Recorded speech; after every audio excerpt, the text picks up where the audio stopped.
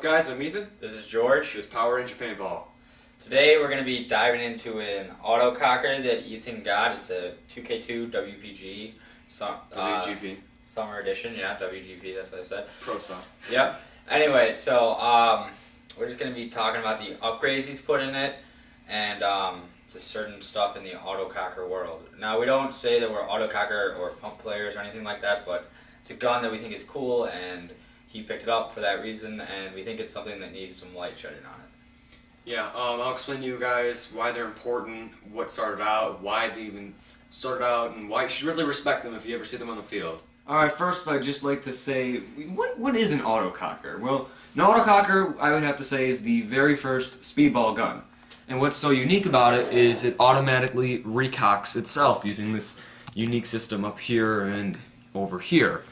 So, whenever you see these on the field, make sure you give them a lot of respect, because a lot of people hate on them, and a lot of people are like, oh, that guy has an autococker, oh, he's awful. You guys don't know. These things really started paintballing. Without them, you know, where would paintball be? I mean, these things used to be $1,000 markers, so think about in like 20 years, the new DM14, some people could think about it like an autococker. You really need to keep these alive, and just to keep the growth of the sport alive, you know, just remember it, because it had to happen. Alright, so these are really complicated guns, and I do not recommend them to people if they're just newbies or just starting out in guns, and you really gotta be patient with them, because they have a lot of problems, but if you get them working right, they're amazing. So first, what I'd like to start out talking about my upgrades so you guys know what I'm doing.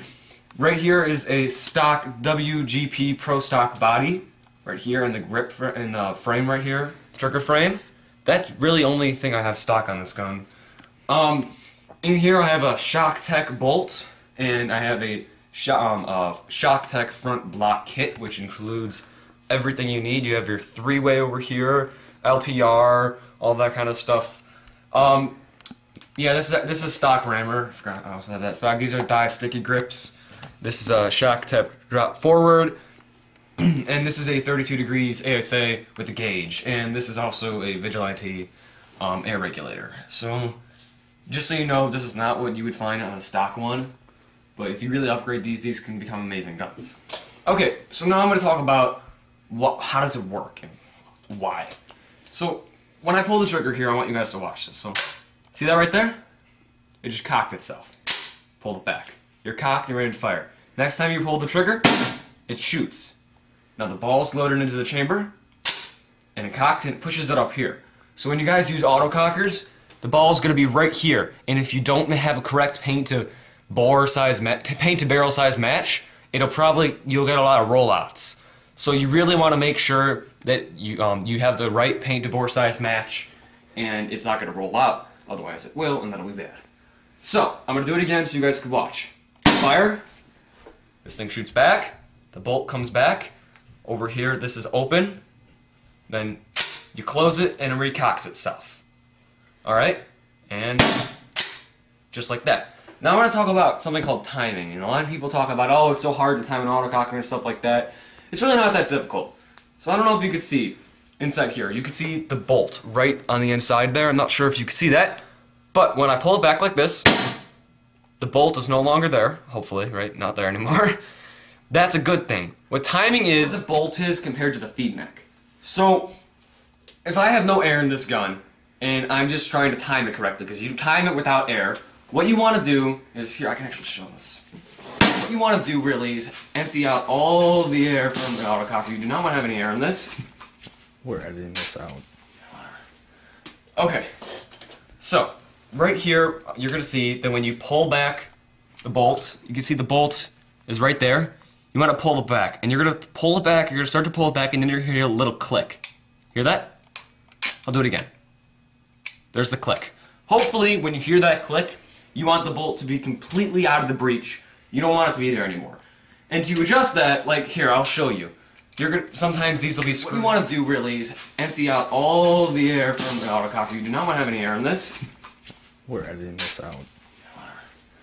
Okay, so right here, you're going to see that when you pull back the bolt, you can see the bolt is right there. You want to pull it back, and you're going to pull it back, you're going to start to pull it back, and then you're going to hear a little click. Hear that? I'll do it again. There's the click. Hopefully, when you hear that click, you want the bolt to be completely out of the breech. You don't want it to be there anymore. And to adjust that, like here, I'll show you. Sometimes these will be screwed. It's called a rammer. So if it's screwed in and it's not timed correctly, you're gonna pull this back, and you're gonna see the click is way too soon. The bolt is still in the breech. Yeah, it is. It's still in the breech by like half a centimeter or something like that. So what you want to do is you're going to have the bolt out. You're going to start unscrewing your rammer, just a little bit at a time, and you're just going to watch and wait. That was a little bit too early. Pull it out a little bit more. Perfect. It's no longer in the breech. See that? No longer in the breech, and you heard the click. And that's really all there is to do with timing. It's pretty simple. Yeah, and that's an autococker. Alright guys, that about wraps up our show.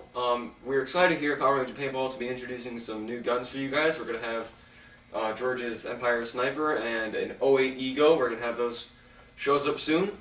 Make sure to stay tuned every Friday. We're going to be releasing new videos every single Friday. Yep, and thank you for the views. And the Sniper is here, Ego is not, so Ego review might be a little bit later. But as always, like, subscribe, comment, do whatever you want, I guess. Your preference. Alright guys, see you next week.